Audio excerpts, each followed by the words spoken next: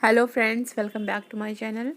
आज के इस वीडियो में मैं निष्ठा प्रशिक्षण मॉड्यूल 8 जिसका नाम है पर्यावरण अध्ययन का शिक्षा शास्त्र, इसके इम्पोर्टेंट नोट्स का पीडीएफ बना के इस वीडियो में मैंने अपलोड किया है। लिंक दिया है, उससे आप डाउनलोड कर सकते हैं, लेकिन ये वीडियो आपको लास्ट तक देखना पड़ेगा। और लास्ट में क्योंकि ये जो पीडीएफ फाइल है इनक्रिप्टेड है, आपको पासवर्ड डालना होगा ओपन करने के लिए, और पासवर्ड लास्ट में बताया जाएगा। तो प्लीज़ लास्ट तक बने रहिए और लास्ट में इसका पासवर्ड पा के आप पीडीएफ डाउनलोड कर सकते हैं। और इसके बारे में इस मॉड्यूल के जो इम्पोर्टेंट पॉइंट्स हैं जिससे क्वेश्चन पूछे जा सकते हैं, उसके बारे में भी मैं बात करूँगी। तो आइए देखते हैं पर्यावरण अध्ययन का शिक्षा शास्त्र।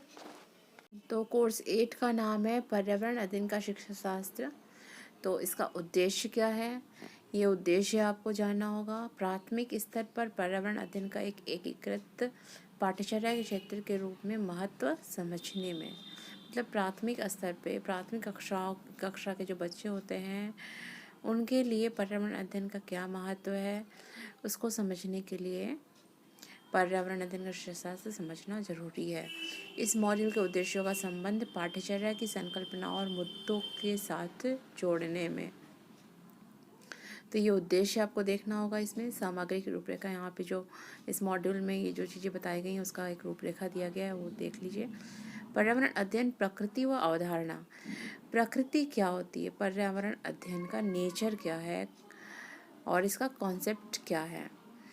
तो यहाँ पे जो मॉड्यूल में बातें दी गई थी उससे मैंने थोड़ा डिफरेंट अलग से नोट्स बना के लिखा है। तो इसको देख लीजिएगा। पर्यावरण अध्ययन परिवेश के सामाजिक और भौतिक घटकों की अंतः क्रियाओं का अध्ययन है।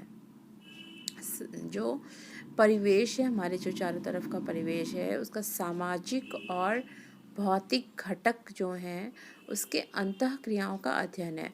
वास्तव में ये घटक मिलकर ही हमारे संपूर्ण परिवेश का निर्माण करते हैं। तो पर्यावरण अध्ययन क्या है, पर्यावरण यानी परिधन आवरण, हमारे जो चारों तरफ का आवरण है जो कौन से होते हैं, सामाजिक और भौतिक। तो उसके अंतः क्रियाओं का अध्ययन ही पर्यावरण अध्ययन है।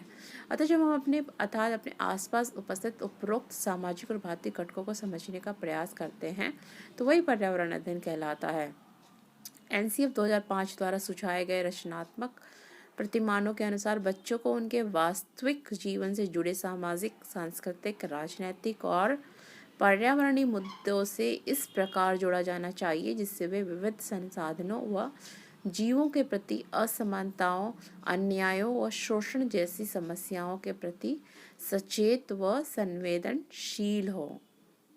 तो एनसीएफ 2005 में क्या सुझाया गया है कि बच्चों को उनके वास्तविक जीवन से जोड़ना है जिससे वो जो उनके आसपास चीज़ें घटित हो रही हैं उसके लिए संवेदनशील हो। उनके मतलब आसपास जो चीज़ें दिखाई, असमानता कोई दिखाई दे रही है, कोई अन्याय या फिर कोई शोषण किसी के साथ हो रहा है, तो वो समझे उस बात को और गलत के खिलाफ आवाज़ उठाएं। तो इस तरह से हमें बच्चों को संवेदनशील बनाना है। पर्यावरण अध्ययन स्वरूप और संभावनाएं। हमारी राष्ट्रीय पाठ्यचर्या की रूपरेखा इस बात को ध्यान में रखकर बनाई गई है कि पर्यावरण की सुरक्षा महत्वपूर्ण है। हमारी विभिन्न पाठ्यचर्याओं में इस बात की सिफारिशें की गई। एनसीएफ में प्राथमिक कक्षाओं में पर्यावरण अध्ययन को एक अलग विषय के रूप में पढ़ाने की सिफारिश की थी।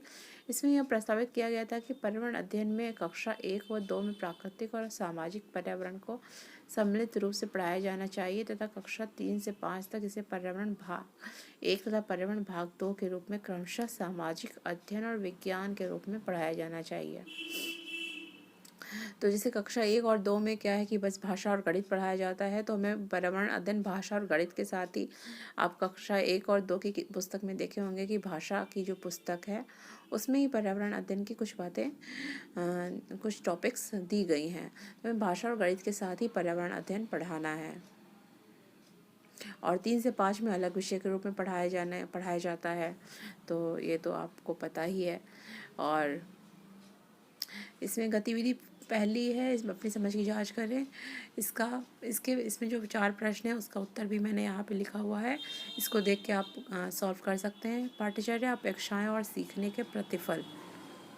अपेक्षाएं क्या हैं कि पर्यावरण अध्ययन सीखने का उद्देश्य बच्चों का ज्ञान, कौशल और प्रवृत्तियाँ प्राप्त करने में मदद करना है, ताकि वे न केवल समानता, न्याय और मानव गरिमा और अधिकारों के सम्मान से संबंधित मुद्दों को उठाने तो संवेदनशील और जिम्मेदार व्यक्ति बन सके, बल्कि उनका समाधान भी कर सकें। मतलब कि हम उनके आसपास जो असमानता, शोषण और अन्याय दिखाई दे रहा है, उसके लिए संवेदनशील तो बने ही वो, और उसके खिलाफ आवाज़ उठाएं और उसका समाधान भी कर सकें।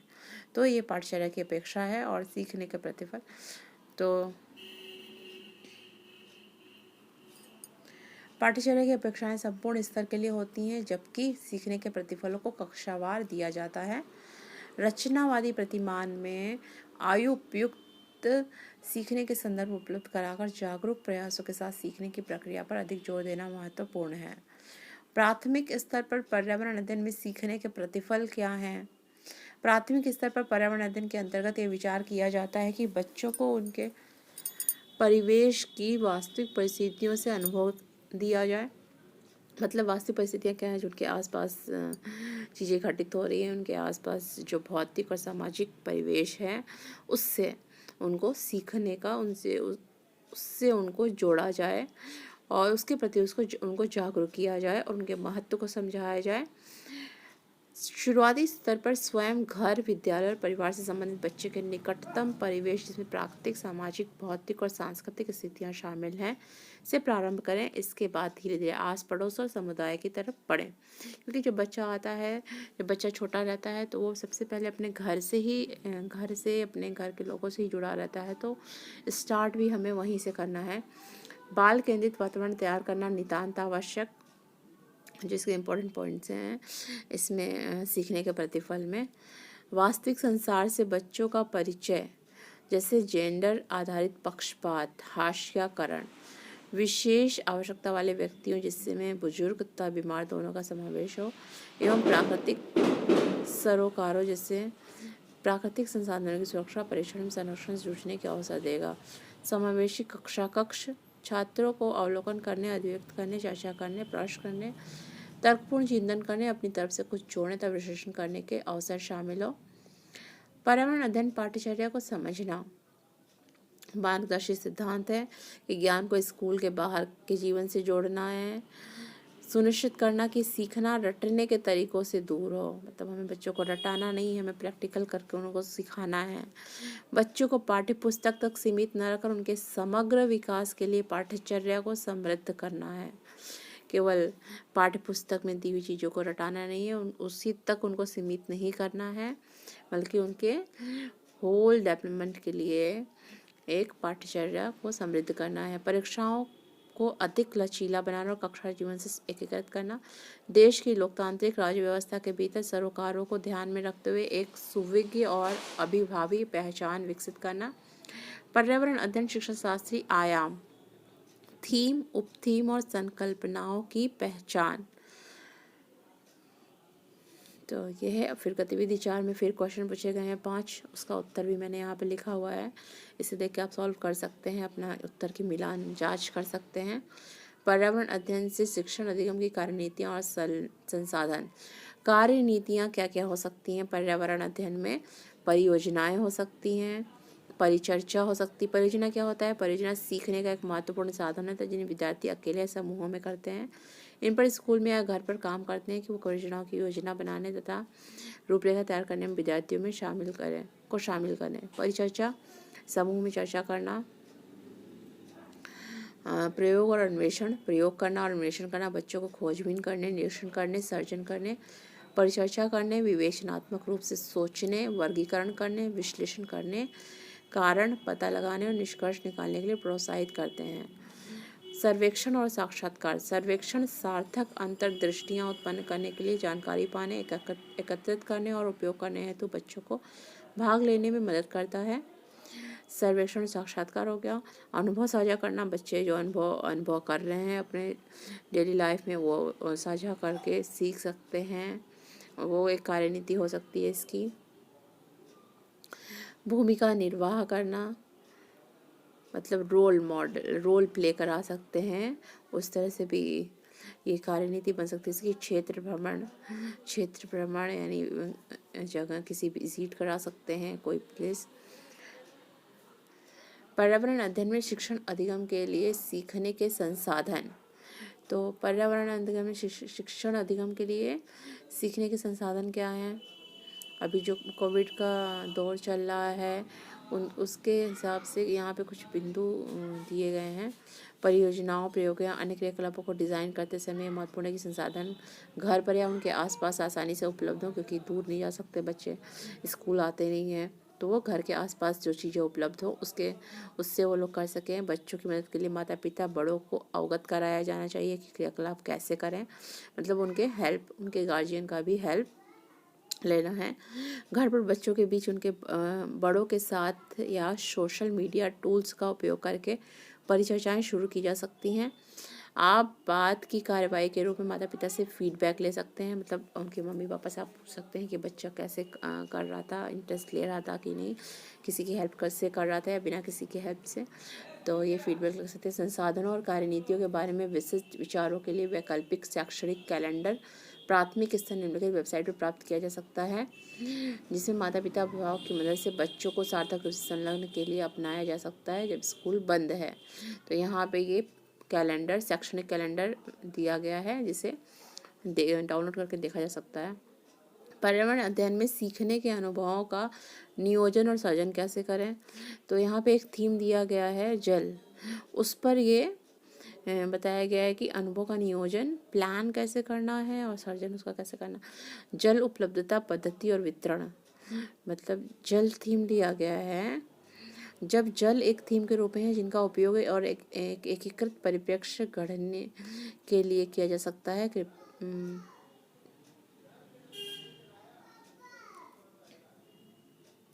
तो जल की उपलब्धता, पद्धति और वितरण, जल वैज्ञानिक सिद्धांत और प्रक्रियाएं, जल का सांस्कृतिक पहलू, जल संरक्षण एक पर्यावरणीय सरोकार, इस तरह से इसको बताया गया है। कैसा हो पर्यावरण अध्ययन का सीखना सिखाना?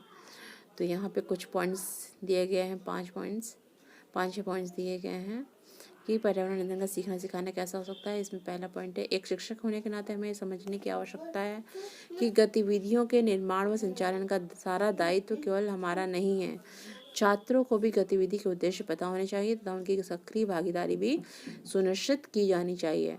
दूसरा, प्रारंभिक स्तर पर ऐसे ठोस अनुभव दिए जाने चाहिए जिनकी जटिलता कक्षा 3 से 5 तक के बच्चों के स्तर के अनुरूप ही बढ़ाई जाए। तो इस तरह से इनके कुछ बिंदु दिए गए हैं कि कैसा होना चाहिए पर्यावरण अध्ययन का सीखना सिखाना। फिर लास्ट में जो मुख्य प्रश्नोत्तरी है इसका भी उत्तर यहाँ पे लिखा गया है, जिसे आप देखें अपनी प्रश्नोत्तरी के उत्तरों का मिलान कर सकते हैं और अपना ट्रेनिंग पूरा कर सकते हैं। अभी मैं आपको बताने जा रही हूँ कि जो लिंक दिया गया है पीडीएफ का, उससे आप पीडीएफ कैसे डाउनलोड कर सकते हैं। तो सबसे पहले आपको वो वीडियो खोलना होगा जिस वीडियो में लिंक दिया गया है। उसके बाद उसका डिस्क्रिप्शन खोलना होगा। डिस्क्रिप्शन में यहाँ पे एक लिंक दिया गया है, इस लिंक पे क्लिक करेंगे। लिंक पे क्लिक करने के बाद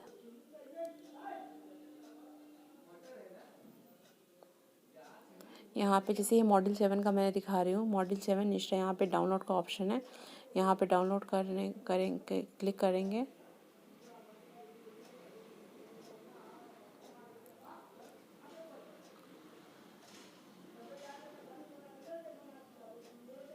यहाँ पे पूछेगा कि कहाँ पे आपको डाउनलोड करना है, स्टोरेज का ऑप्शन जो आपको जहाँ पे करना होगा वहाँ पे कर देंगे और फिर ओके कर देंगे।